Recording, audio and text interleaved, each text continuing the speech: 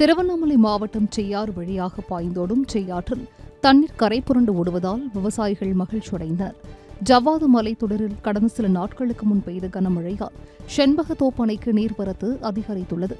அணையிலிருந்து அதிகளவில் உபரிநீர் வெளியேற்றப்படுவதால் ஆரணி வழியாக பாயும் கமண்டல நாக நதியில் வெள்ளப்பெருக்கு ஏற்பட்டுள்ளது. வாழைப்பந்தல் பகுதியில் கமண்டல நாக நதி செய்யாற்றில் கலக்கிறது. இதன் காரணமாக செய்யாற்றில் வெள்ளம் கரை புரண்டு செல்கிறது.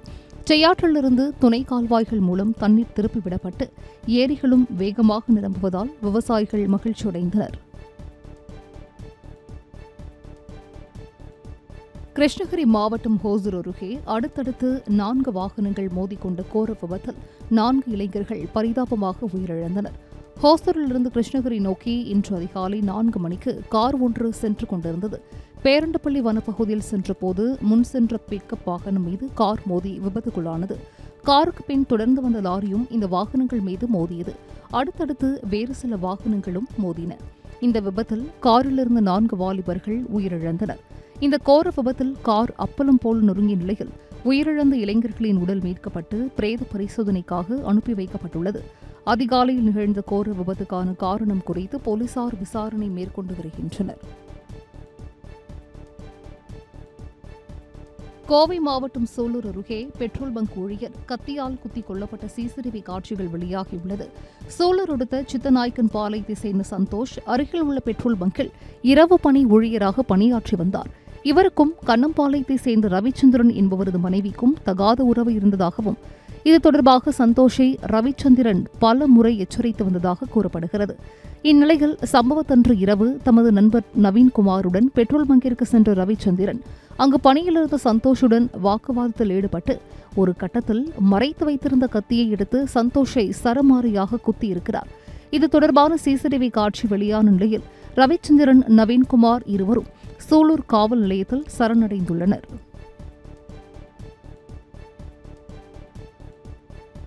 உலக புகழ்பெற்ற தஞ்சை பெருவுடையார் கோவிலில் மாமன்னர் ராஜராஜ சோழனின் 1040ஆம் ஆண்டு சதய விழா வருகிற 31 மற்றும் நவம்பர் 1ஆம் தேதி என 2 நாட்கள் நடைபெறும் என மாவட்ட ஆட்சியர் அறிவித்துள்ளார். 1000 ஆண்டுகளுக்கு முன்பு கட்டப்பட்ட பெரிய கோவில் ஆண்டுதோறும் ஐப்பசி சதய நட்சத்திரத்தில் மாமன்னன் ராஜராஜ சோழன் பிறந்த மற்றும் முடிசூட்டிய நாள் சதய விழாவாக கொண்டாடப்பட்டு வருகிறது. அந்த வகையில் நடப்பாண்டு சதய விழா அரசு சார்பில் 2 நாட்கள் நடைபெற இருக்கிறது. இந்த 2 நாட்களில் பல்வேறு இசை நிகழ்ச்சிகள், நடனம், கலையரங்கம், பட்டிமன்றம் உள்ளிட்டவை நடைபெறும் என்று மாவட்ட நிர்வாகம் அறிவித்துள்ளது. நெல்லை மாவட்டம் சேரன் மகாதேவி கல்லூரி மாணவிக்கு பாலியல் தொல்லை கொடுத்ததாக கூறப்படும் விவகாரத்தில் அடிப்படை ஆதாரமற்ற செய்தியை பரப்பினால் கடும் நடவடிக்கை எடுக்கப்படும் என மாவட்ட எஸ்பி எச்சரிக்கை விடுத்துள்ளார். சேரன் மகாதேவியில் உள்ள பிரபல தனியார் பொறியியல் கல்லூரியில் பயிலும் மாணவிக்கு பாலியல் தொல்லை அளித்ததாக கூறி சக மாணவர்கள் பேராசிரியர் மீது தாக்குதல் நடத்தினர். இந்த வீடியோ சமூக வலைதளங்களில் வைரலான நிலையில் தாக்குதலில் ஈடுபட்ட 4 மாணவர்கள் மீது வழக்கு பதிவு செய்த போலீசார் அவர்களை கைது செய்தனர். இந்நிலையில் மாவட்ட எஸ்பி வெளியிட்டுள்ள செய்தி குறிப்பில் சம்பந்தப்பட்ட மாணவியை அவரது பெற்றோர் முன்னிலையில் வைத்து விசாரணை செய்தபோது அப்படி எதுவும் நடக்கவில்லை எனவும் இது தொடர்பாக புகார் எதுவும் அளிக்க விரும்பவில்லை எனவும் தெரிவித்துள்ளார். மாணவி தரப்பிலிருந்து பேராசிரியர் மீது இதுவரையில் எந்த ஒரு புகாரும் கிடைக்காத சூழலில் காவல்துறை நடவடிக்கை எடுக்காமல் இருந்து வருவதாக பொய்யான தகவலை சமூக வலைதளங்களில் பரப்பி வருவது தவறான செயலாகும் என்று தெரிவிக்கப்பட்டுள்ளது. தஞ்சையில் நாட்டுப்புற இனிசை நிகழ்ச்சிகளுடன் தஞ்சை சங்கமம் நம்ம ஊர் திருவிழா தொடங்கியிருக்கிறது. தஞ்சாவூர் குந்தவை நாச்சியார் அரசு மகளிர் கலைக்கல்லூரி அருகே உள்ள அரசு தொழிற்பயிற்சி நிலைய விளையாட்டு மைதானத்தில் தமிழக அரசு கலை பண்பாட்டுத்துறை மண்டல கலை பண்பாட்டு மையம் சார்பில் இந்த விழா நடைபெறுகிறது. முதல் நாளில் பரதநாட்டியத்துடன் துவங்கிய திருவிழா தப்பாட்டம், கரகாட்டம், காவடி ஆட்டம், உரிமை மேளம், நையாண்டி மேளம் என களை கட்டியது. 2ஆம் நாளான இன்று மாலை 5 மணி முதல் கலை நிகழ்ச்சிகளும் ஏற்பாடு செய்யப்பட்டுள்ளது.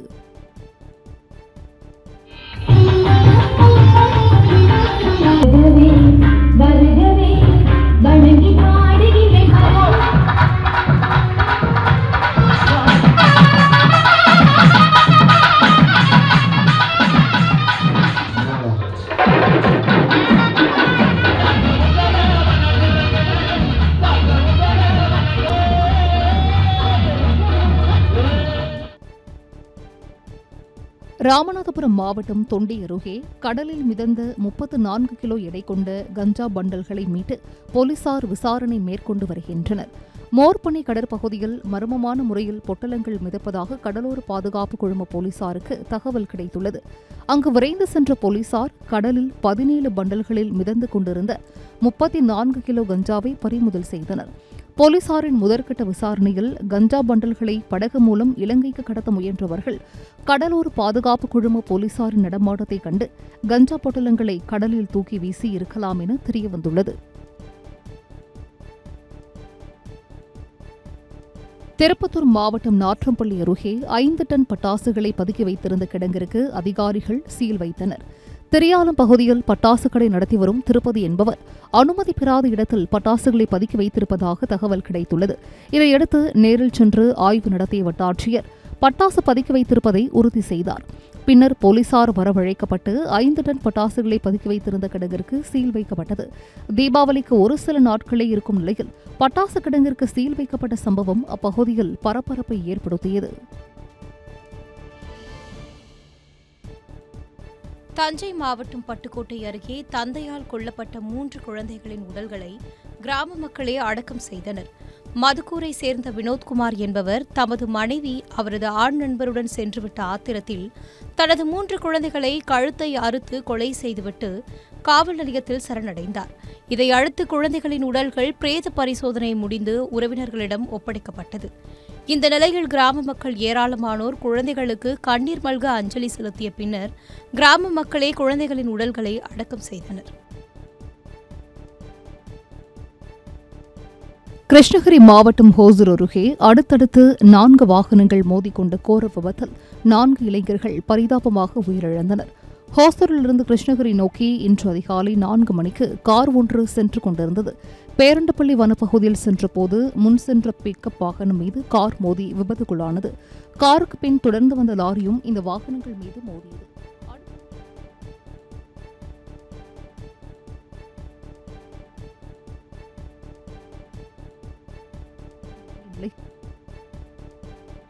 புரட்டாசி மாத கடைசி சனிக்கிழமை முடிவடைந்ததை அடுத்து கடலூர் மீன்பிடி துறைமுகத்தில் அசைவ பிரியர்கள் கூட்டம் அலைமோதியது.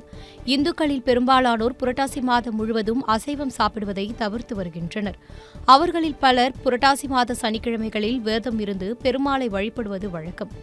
இந்த நிலையில் புரட்டாசி மாத கடைசி சனிக்கிழமை முடிந்ததால் கடலூரில் உள்ள மீன்பிடி துறைமுகத்தில் ஏராளமான அசைவ பிரியர்கள் குவிந்தனர். மீனவர்களின் வரத்து குறைவாக இருந்த நிலையிலும் வழக்கமான விலைக்கு விற்பனை நடைபெற்றது. அதன்படி 1 கிலோ வஞ்சிரம் 700 ரூபாய்க்கும், சங்கரா 300 ரூபாய்க்கும், கொடுவா 350 ரூபாய்க்கும் விற்பனை செய்யப்பட்டது.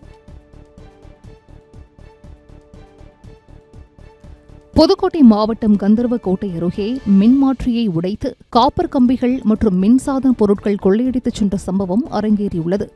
கரியப்பட்டி கிராமத்தைச் சேர்ந்த விவசாயி இந்திராணிக்கு சொந்தமான விவசாய நிலத்தில் 1 லட்சம் ரூபாய் மதிப்புள்ள மின்மாற்றி அமைக்கப்பட்டு அதிலிருந்து விவசாய மின் மோட்டார்களுக்கு மின் விநியோகம் செய்யப்பட்டு வந்தது. இந்நிலையில் வழக்கம்போல் விவசாயி இந்திராணி தனது விவசாய நிலங்களுக்கு தண்ணீர் பாய்ச்சுவதற்காக வந்தபோது மின் கம்பங்களில் பொருத்தப்பட்டிருந்த மின்மாற்றியின் பெட்டி உடைக்கப்பட்டு அதிலிருந்து காப்பர் கம்பிகள் மற்றும் நீர் இறைப்பான் அறையிலிருந்த மின்சாதன பொருட்களை மர்ம நபர்கள் கொள்ளையடித்துச் சென்றிருப்பது தெரியவந்தது. இது தொடர்பாக காவல் நிலையத்தில் புகார் அளித்ததன் பேரில் வழக்கு பதிவு செய்த போலீசார் காப்பர் கம்பிகளை கொள்ளையடித்துச் சென்ற மர்ம நபர்களை தேடி வருகின்றனர். கரியம்பட்டிங்கிற கிராமத்தில் விவசாயம் பண்ணிக்கிட்டு இருக்கேன். ராத்திரி மோட்ரு போட்டு நிப்பாட்டிட்டு போனேன். விடிய காலம் மோட்ரு போட வரப்போ பார்த்தா கரண்ட் இல்லை. சரி என்னடா கரண்ட் இல்லைன்ட்டு டிரான்ஸ்ஃபார்மரை பார்த்தேன். டிரான்ஸ்ஃபார்மர் உதச்சி கீழே தள்ளி உடச்சி கிடக்கு. இந்த மாதிரி திருட்டு நிறையா நடந்துக்கிட்டு இருக்கு. மோட்ரு ஒயர் அறுத்துட்டு போயிடுறாங்க, மோட்டரில் தூக்கிட்டு போயிடுறாங்க. இது ஏற்கனவே உலகத்தாம்பட்டியில் நடந்திருக்கு. இந்த மாதிரி பெட்டி திருட்டு போயிருக்காங்க. ஆனாவட்டில் நடந்திருக்கு. அரசாங்கம் இதை இந்த காவல்துறைக்கு உத்தரவு போட்டு இந்த மாதிரி திருட்டு சம்பவங்கள்லாம் நடக்க விடாமல் பார்த்துக்கணும். நைட்டில் ரோந்து விடணும். எனக்கு இந்த மின்மாற்றியை உடனே கொஞ்சம் சீக்கிரம் பண்ணி கொடுத்தா கொஞ்சம் ஒத்தாசையாக இருக்கும். ஈரோடு மாவட்டம் விஜயமங்கலம் அருகே ரயில்வே தரைமட்ட பாலத்தின் கீழ் தேங்கி நின்ற மழைநீரில் அரசு பேருந்து பழுதாகி நின்றதால் பயணிகள் அவதிக்குள்ளாகினர். பெருந்துறை சுற்றுவட்டார பகுதிகளில் கனமழை பெய்த நிலையில் விஜயமங்கலம் அருகே ரயில்வே தரைமட்ட பாலத்தின் கீழ் இடுப்பளவு தண்ணீர் தேங்கி நின்றது. இந்த நிலையில் அந்த வழியாக சென்னிமலையில் இருந்து விஜயமங்கலம் நோக்கி பயணிகளை ஏற்றி சென்ற அரசு பேருந்து ஒன்று சுரங்க பாதையிலேயே பழுதாகி நின்றது. இதையடுத்து பேருந்தில் இருந்த பயணிகள் இடுப்பளவு தண்ணீரில் இறங்கி நடந்து சென்றனர். சுரங்கப்பாதையில் பேருந்து சிக்கிக் கொண்டதால் அந்த பகுதியில் போக்குவரத்து நெரிசல் ஏற்பட்டது. சிவகங்கை மாவட்டம் காரைக்குடி அருகே கடத்தப்பட்ட 520 கிலோ ரேஷன் அரிசியை காவல்துறையினர் பறிமுதல் செய்தனர். பள்ளத்தூர் பகுதியில் குன்றக்குடி சார்பு ஆய்வாளர் தலைமையில் வாகன சோதனை நடத்தியபோது 2 இருசக்கர வாகனங்கள் போலீஸ் பிடியில் சிக்காமல் அருகே இருந்த அரிசி ஆலைக்குள் நுழைந்தன. அங்கு சென்று காவல்துறையினர் சோதனை நடத்தியதில் 520 கிலோ ரேஷன் அரிசியை பறிமுதல் செய்ததுடன் அவற்றை கடத்தியதாக பாலசுப்ரமணியன் என்பவரை கைது செய்தனர். மேலும் தப்பியோடிய ஆலை உரிமையாளரான படிக்காசு என்பவரை காவல்துறையினர் தேடி வருகின்றனர். புதுவையில் பள்ளத்தூர் பகுதிகளில் ரேஷன் அரிசி கடத்தல் சம்பவங்கள் அதிக அளவில் நடைபெறுவதாக பொதுமக்கள் குற்றம் சாட்டியுள்ளனர். சேலம் மாவட்டம் எடப்பாடி அருகே மூதாட்டியின் பழக்கடையில் இருந்து 90,000 பணத்தையும் 2.5 சவரன் தங்க நகையையும் கண்ணிமைக்கும் நேரத்தில் கொள்ளையடித்து சென்ற சம்பவம் நடந்துள்ளது. கொங்கணாபுரத்தில் 62 வயது மூதாட்டியான பாப்பாத்தி என்பவர் பழக்கடை நடத்தி வருகிறார். கடைக்கு சில்லறை கேட்டு வந்தது போல் நடித்த மர்ம நபர் மூதாட்டி கவனிக்காத நேரத்தில் அவரது பணப்பையையும் பர்சில் இருந்த 2.5 சவரன் தங்க நகையையும் எடுத்துக்கொண்டு தப்பி சென்றுள்ளனர். இதுகுறித்து பாப்பாத்தி அளித்த புகாரில் கொங்கணாபுரம் காவல்துறையினர் அப்பகுதியில் உள்ள சிசிடிவி காட்சிகளை ஆய்வு செய்து குமரேசன் என்பவரை கைது செய்தனர். மேலும் அவரிடம் இருந்து 53,700 ரூபாயையும் 2 சவரன் தங்கத்தையும் பறிமுதல் செய்த போலீசார் அவரை நீதிமன்றத்தில் ஆஜர்படுத்தி சிறையில் அடைத்தனர். திருவாரூர் மாவட்டத்தில் அரசு நேரடி நெல் கொள்முதல் நிலையங்களில் கொள்முதல் செய்யும் நெல்லுக்கு ஈரப்பதத்தை உயர்த்தி தர வேண்டும் என விவசாயிகள் கோரிக்கை விடுத்துள்ளனர். மேலும் மழை பெய்த பிறகு மத்திய அரசிடம் கூறி அனுமதி பெறலாம் என அமைச்சர் சக்கரபாணி கூறுவது விவசாயிகளின் மேல் அக்கறை இல்லாததை காட்டுவதாக அவர்கள் குற்றம் சாட்டியுள்ளனர். இந்த நேரத்தில் ஈரப்பத அளவை சுமாரா இப்ப 16% வச்சிருக்காங்க. இதை 22 உயர்த்தி அதை கொள்முதல் செஞ்சாதான் விவசாயிகளை காப்பாற்ற முடியும். ஆனா பல இடங்கள்ல ஈர நெல்லை கொள்முதல் பண்ண முடியாதுன்னு நேரடி நெல் கொள்முதல் நிலையங்களை நிராகரிக்கிறாங்க. அதனால விவசாயிகள் பெரிய நஷ்டத்துக்கு உள்ளாகிறாங்க.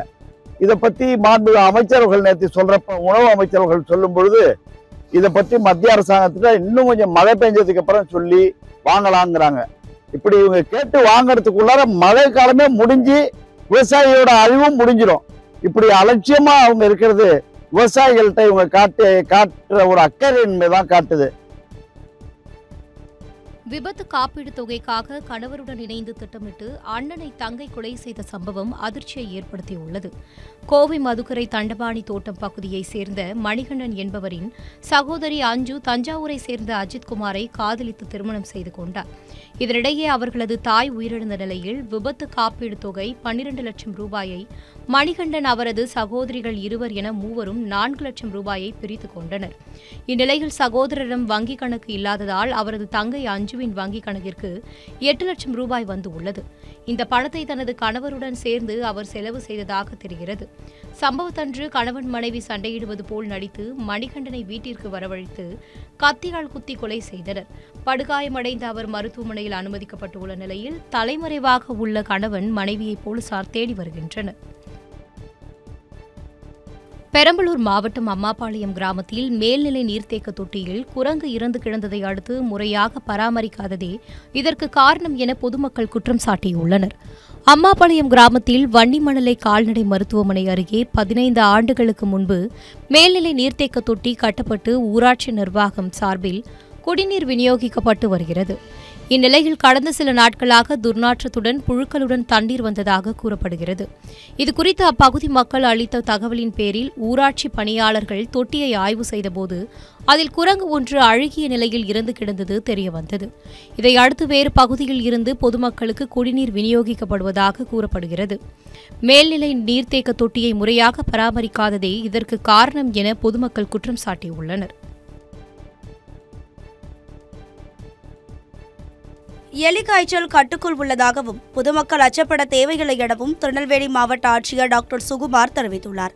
திருநெல்வேலி மாவட்டத்தில் போலியோ சொட்டு மருந்து வழங்கும் முகாம் தொடங்கப்பட்டது. இந்த முகாமை பார்வையிட்ட பிறகு செய்தியாளர்களிடம் பேசிய மாவட்ட ஆட்சியர் சுகுமார் ஒரே நாளில் 1,54,000 டோஸ் வழங்க திட்டமிடப்பட்டுள்ளதாகவும் அடுத்த 2 நாட்களுக்கு வீடு வீடாக சென்று கணக்கெடுப்பு நடத்தப்பட்டு குழந்தைகளுக்கு சொட்டு மருந்து வழங்க திட்டமிடப்பட்டுள்ளதாகவும் தெரிவித்தார். தொடர்ந்து பேசிய அவர், டெங்கு போன்ற தண்ணீர் மூலம் பரவும் நோய்களை தடுக்க முன்னெச்சரிக்கை நடவடிக்கைகள் எடுக்கப்பட்டுள்ளதாகவும், எலிக்காய்ச்சலால் பாதிக்கப்பட்ட மாணவர்கள் நலமுடன் உள்ளதாகவும், நோய் பரவல் முழுமையாக கட்டுப்படுத்தப்பட்டுள்ளதாகவும் தெரிவித்தார். நமக்கு மொத்தம் 1,86,000 டோஸ் போலியோ மருந்து நமக்கு ஒதுக்கீடு செஞ்சுருக்காங்க. அதில் வந்து 1,54,000 டோஸ் இன்றைக்கே கவர் பண்ணுறதுக்கு முயற்சி பண்ணிகிட்ருக்கோம். யாராச்சும் வீடு பூட்டி இருந்தாவோ அல்லது அந்த குழந்தைகள் எங்கேயாச்சும் வெளியே போயிருந்தாவோ 2 நாளில் கவர் பண்ணிடுவாங்க. டோர் டு டோர் செக்கப் நடக்கும். அதில் ஏதாச்சும் விடுபட்ட குழந்தைகள் இன்னும் அடுத்த 2 நாட்களுக்குள்ளே கவர் பண்ணி நம்ம மாவட்டத்தில் 100% குழந்தைகள் கவர் செய்யப்படுவார்கள். இதற்காக 964 முகாம்கள். திண்டுக்கல் மாவட்டம் வத்தலகுண்டில் நடைபெற்ற போதையில்லா தமிழகம் விழிப்புணர்வு மாரத்தான் ஓட்டத்தில் பள்ளி மாணவ மாணவியர்கள் பங்கேற்றனர். வத்தலகுண்டு ரோட்டரி சங்கம் மற்றும் இந்திய மருத்துவ சங்கம் சார்பில் போதையில்லா தமிழகம் என்ற தலைப்பில் விழிப்புணர்வு மாரத்தான் ஓட்டம் நடைபெற்றது. பேரூராட்சி மன்ற தலைவர் சிதம்பரம், நிலக்கோட்டை டிஎஸ்பி செந்தில்குமார் ஆகியோர் மாரத்தான் ஓட்டத்தை கொடியசைத்து தொடங்கி வைத்தனர். இதற்கு முன்னதாக பள்ளி மாணவர்கள் தனிமனித ஒழுக்கம் குறித்து உறுதிமொழி எடுத்துக் கொண்டனர். வத்தலகுண்டு, பட்டிவீரன்பட்டி மற்றும் சுற்றுவட்டார கிராமங்களைச் சேர்ந்த 5 வயதுக்கு மேற்பட்ட 500க்கும் மேற்பட்ட பள்ளி மாணவ மாணவிகள் இதில் பங்கேற்றனர். திண்டுக்கல் மற்றும் மதுரை சாலைகளில் சுமார் 5 கிலோமீட்டர் தூரம் நடந்த இந்த மாரத்தான் ஓட்டம் முடிவில் ரோட்டரி உள் விளையாட்டு அரங்கில் முடிவடைந்தது. நீர்பிடிப்பு பகுதிகளில் பெய்து வரும் கனமழை காரணமாக பவானிசாகர் அணைக்கு நீர்வரத்து 1591 கன அடியாக அதிகரித்துள்ளது. கோவை, நீலகிரி மாவட்டங்களில் உள்ள மலைப்பகுதிகளில் கனமழை பெய்து வருவதால் பவானி ஆறு மற்றும் மாயாற்றில் தண்ணீர் ஆர்ப்பரித்து ஓடுகிறது. இதனால் பவானிசாகர் அணைக்கு நீர்வரத்து 2336 கன அடியில் இருந்து 6591 கன அடியாக அதிகரித்துள்ளது. அணையில் இருந்து பாசனம் மற்றும் குடிநீர் தேவைக்காக 2550 கன அடி தண்ணீர் வெளியேற்றப்பட்டு வருவதாக தெரிவிக்கப்பட்டுள்ளது. திண்டுக்கல்லில் உள்ள ஆடிட்டர் அலுவலகத்தில் 1,55,00,000 கையாடல் செய்ததாக பெண் உதவியாளர் மற்றும் அவரது குடும்பத்தினர் மீது வழக்கு பதிவு செய்யப்பட்டுள்ளது. திண்டுக்கல் ஆரம் காலனியில் ஆடிட்டர் ஹிதாயத்துல்லா அலுவலகத்தில் உதவியாளராக அனிஷா டெய்சி என்பவர் பணிபுரிந்து வந்தார். 2021ஆம் ஆண்டு முதல் 2024ஆம் ஆண்டு வரை வாடிக்கையாளர்களிடம் வரி தாக்கல் செய்ய பணம் பெற்றுக்கொண்ட அனிஷா டெய்சி அலுவலக கணக்கில் வரவு வைக்காமல் கணவர், தந்தை, தாய் மற்றும் தங்கையின் வங்கிக் கணக்கில் வரவு வைத்ததாக தெரிகிறது. அந்த வகையில் 1,55,00,000 கையாடல் செய்ததாக மாவட்ட எஸ்பியிடம் ஹிதாயத்துல்லா அளித்த புகாரின் மீது வழக்கு பதிவு செய்யப்பட்டுள்ளது. விசாரணைக்கு ஆஜராக சம்மன் கொடுத்ததை தொடர்ந்து அனிஷா டெய்சி மற்றும் அவரது குடும்பத்தினர் தலைமறைவான நிலையில் அவர்களை மாவட்ட குற்றப்பிரிவு காவல்துறையினர் தேடி வருகின்றனர். உலக நன்மை வேண்டி கோவையில் விஷ்ணு சரஸ்ரராம பாராயணத்தை 2 கோடி முறைக்கு மேல் பக்தர்கள் பாடினர். கோவை தடாகம் சாலை இடையார்பாளையம் பகுதியில் உள்ள தனியார் மண்டபத்தில் இந்த நிகழ்வு நடைபெற்றது. இதில் பல்வேறு பகுதிகளில் இருந்து வந்திருந்த பக்தர்கள், பொதுமக்கள் ஆயிரக்கணக்கானோர் கலந்து கொண்டு விஷ்ணு சரஸ்ரநாம பாராயணத்தை பாடி வருகின்றனர். இந்த நிகழ்வில் நேரடியாக கலந்து கொள்ள முடியாதவர்கள் ஆன்லைன் மூலமாகவும் கலந்து கொண்டனர். ராமநாதபுரம் மாவட்டம் கமுதி அருகே ஆண்கள் மட்டுமே வழிபடும் பெண் தெய்வ கோவிலில் திருவிழா நடைபெற்றது. முதல்நாடு கிராமத்தில் உள்ள எல்லை பிடாரி அம்மன் கோவிலில் ஆண்டுக்கு ஒருமுறை ஆண்கள் மட்டுமே வழிபடும் வினோத திருவிழா நடைபெறும். இங்கு கைக்குத்தல் பச்சரிசியை சமைத்து செம்மறி ஆடுகளை வெட்டி பலி கொடுத்து வழிபட்டனர். மழை பெய்து விவசாயம் செழிக்கும் என்பது நம்பிக்கை. அதன்படி நடந்த திருவிழாவில் 39 செம்மறி கடாய்களை பலியிட்டு கறி சமைக்கப்பட்டது.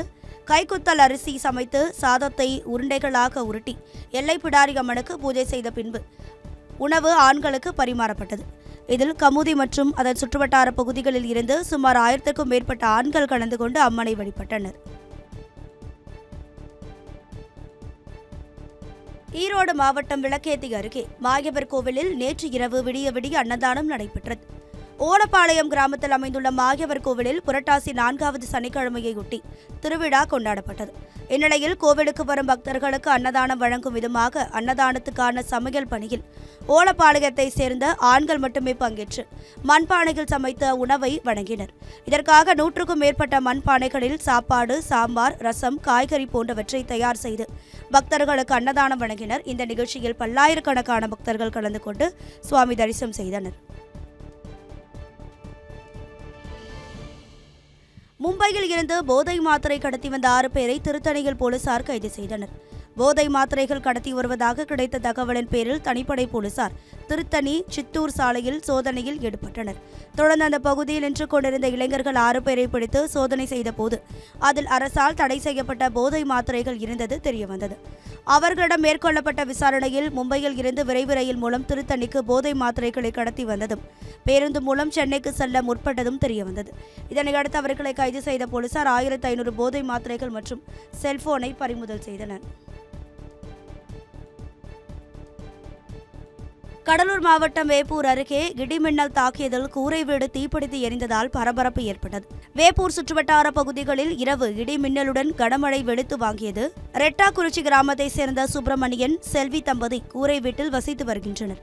இந்நிலையில் இரவு இடி மின்னலுடன் கூடிய கனமழை பெய்த நிலையில் மின்னல் தாக்கி கூரை வீடானது தீப்பிடித்து எரிந்தது. தகவல் அறிந்து தீயணைப்புத் துறையினர் வருவதற்குள் கூரை வீடு முற்றிலும் எரிந்து சேதமடைந்தது. இந்த விபத்து குறித்து போலீசார் விசாரணை நடத்தி வருகின்றனர். ராணிப்பேட்டை மாவட்டம் லாலாப்பேட்டை அரசு ஆரம்ப சுகாதார நிலைய கட்டிடங்களை சுற்றிலும் மழைநீர் தேங்கி சுகாதார சீர்கேடு ஏற்படும் நிலை உள்ளது. லாலாப்பேட்டை அரசு ஆரம்ப சுகாதார நிலைய பழைய கட்டிடங்கள் அனைத்தும் தற்போது கைவிடப்பட்டு புதிய கட்டிடங்களில் சிகிச்சை அளிக்கப்பட்டு வருகிறது. பழைய கட்டிடம் அருகே சில மருத்துவ பிரிவுகளும் செயல்பட்டு வருவதாக தெரிகிறது. இந்நிலையில் கனமழை காரணமாக வளாகம் முழுவதும் தண்ணீர் தேங்கி குளம் போல் காட்சியளிக்கிறது. மேலும் துர்நாற்றம் வீசும் தண்ணீரில் கொசுக்கள் உற்பத்தியாகி சுகாதார சீர்கேடு ஏற்படும் நிலை உள்ளது. எனவே மருத்துவமனை வளாகத்தில் தேங்கியுள்ள தண்ணீரை அகற்றி தூய்மையாக வைத்துக் கொள்ள நடவடிக்கை எடுக்க வேண்டும் என பொதுமக்கள் கோரிக்கை விடுத்துள்ளனர். நீலகிரி மாவட்டம் உதகை கூடலூர் தேசிய நெடுஞ்சாலையில் அரசு பேருந்து மீது பிக்கப் லாரி மோதிய கோர விபத்தில் இடிபாடுகளுக்குள் சிக்கி உயிருக்கு போராடிய ஓட்டுநரை பொதுமக்கள் பத்திரமாக மீட்டனர். உதகை தேசிய நெடுஞ்சாலையில் சென்று கொண்டிருந்த கார் ஒன்று திடீரென HPF பகுதி சாலையோரம் உள்ள தேநீர் கடையில் நிறுத்துவதற்காக வலதுபுறம் திரும்பியுள்ளது. அப்போது இதனை சற்றும் எதிர்பார்க்காத பின்னால் வந்த அரசு பேருந்து ஓட்டுநர் பிரேக் பிடித்தபோது தொடர்ந்து வந்த பிக்கப் லாரி பேருந்தின் மீது மோதியதில் வாகனம் அப்பளம் போல் நொறுங்கியது. இதனையடுத்து விபத்தில் சிக்கி காயமடைந்த ஓட்டுநரை பத்திரமாக மீட்ட பொதுமக்கள் அருகில் உள்ள மருத்துவமனைக்கு அனுப்பி வைத்தனர். சிவகங்கை மாவட்டம் ஒக்கூர் அருகே கோவில் திருவிழாவை முன்னிட்டு மாட்டு வண்டி எல்கை பந்தயம் விமர்சையாக நடைபெற்றது.